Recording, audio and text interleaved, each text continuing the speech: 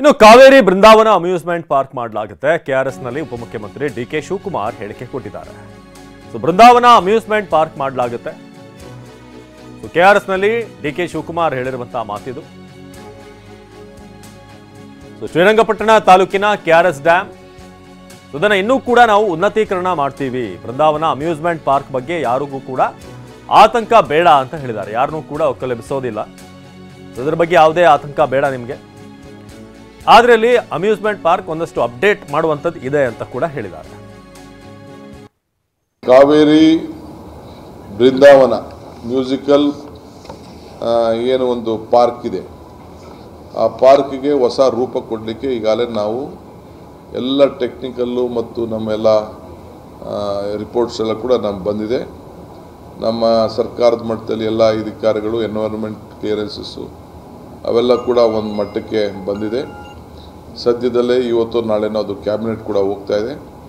ಅದಾದ ತಕ್ಷಣ public private partnership ಮಾಡೆಲ್ನಲ್ಲಿ ಅದನ್ನು ನಾವು ಟೆಂಡರನ್ನು ನಾವು ಕರಿತೇವೆ.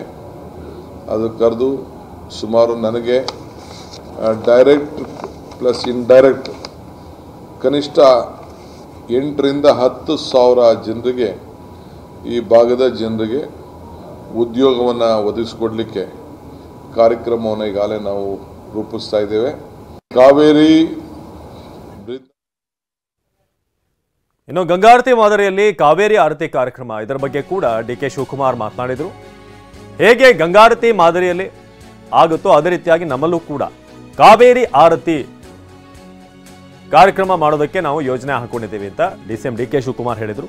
ಪ್ರವಾಸೋದ್ಯಮಕ್ಕೆ ಉತ್ತೇಜನ ನೀಡೋಕೆ ಈ ಒಂದು ಕಾರ್ಯಕ್ರಮವನ್ನು ಆಯೋಜಿಸೋದಕ್ಕೆ ನಾವು ನಿರ್ಧಾರ ಮಾಡಿದ್ದೀವಿ ಅಂತ ಹೇಳಿದ್ದಾರೆ. ನಮ್ಮ ವಾರಣಾಸಿಯಲ್ಲಿ ಗಂಗಾ ಆರತಿ ಮಾಡ್ತಾ ಇದ್ದಾರೆ. ಆ ಮಾದರಿಯಲ್ಲಿ ಇಲ್ಲೂ ಕೂಡ ನಮ್ಮ ಕಾವೇರಿ ಆರತಿಯನ್ನು ಮಾಡಲಿಕ್ಕೆ ಒಂದು ವಿಶೇಷವಾದಂಥ ಕಾರ್ಯಕ್ರಮವನ್ನು ನಾನು ರೂಪಿಸ್ತಾ ಇದ್ದೇನೆ. ಸೊ ಅದಕ್ಕೆ ತುಂಗಾ ಆರತಿನೂ ನಾನು ಹಿಂದೆ ಮಂತ್ರಿಯಾಗಿದ್ದಾಗ ಹೋಗಿ ನೋಡಿ ಬಂದಿದ್ದೇನೆ. ಕಾವೇರಿ ಜಲಾನಯದ ಏನು ನಮ್ಮ ಇಲಾಖೆ ಇದೆ, ನೀರಾವರಿ ಇಲಾಖೆ, ಇಬ್ಬರು ಸೇರಿಕೊಂಡು ಆ ಕಾರ್ಯಕ್ರಮನ ಮಾಡೋಂಥ ಒಂದು ವಿಶೇಷವಾಗಿ ನಮ್ಮ ಧಾರ್ಮಿಕವಾಗಿ ಮತ್ತು ನಮ್ಮ ಟೂರಿಸಮ್ಗೆ ಭಾಳ ಅಟ್ರಾಕ್ಟ್ ಆಗೋ ರೀತಿಯಲ್ಲಿ ಅದನ್ನು ರೂಪಿಸೋಂಥ ಒಂದು ತೀರ್ಮಾನವನ್ನು ಇವತ್ತು ನಾವು ಮಾಡಿದ್ದೇವೆ.